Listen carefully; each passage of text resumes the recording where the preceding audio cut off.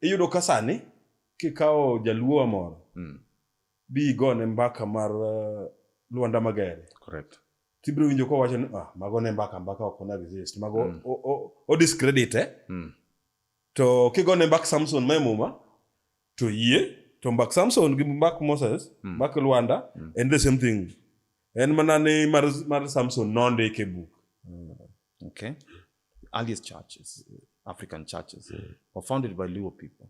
And I'll tell you for a fact that when these things were happening then, Magi Joluo, Magi Onagi, no tamore bow down. Yes. The system. Godongo mago. Exactly.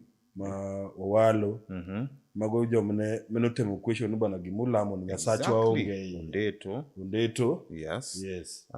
To Ma is now what we call, Maja is a personal pipe. Yes. But pipe molo gitego kamai, ma basically each chant. Yes. Yeah. This pipe is what was used apparently for summoning spirits. Yes. You know. Ma wawacho ni en yiend koro.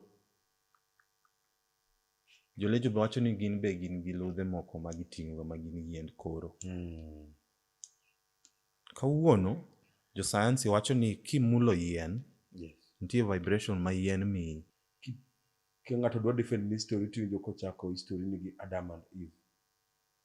But in ng'eny wa joma sani paro ne wachakre gi Adam and Eve. History wa chakre gi Adam and Eve. While one history adwa ni explain na matin ko stick to Luo Africa.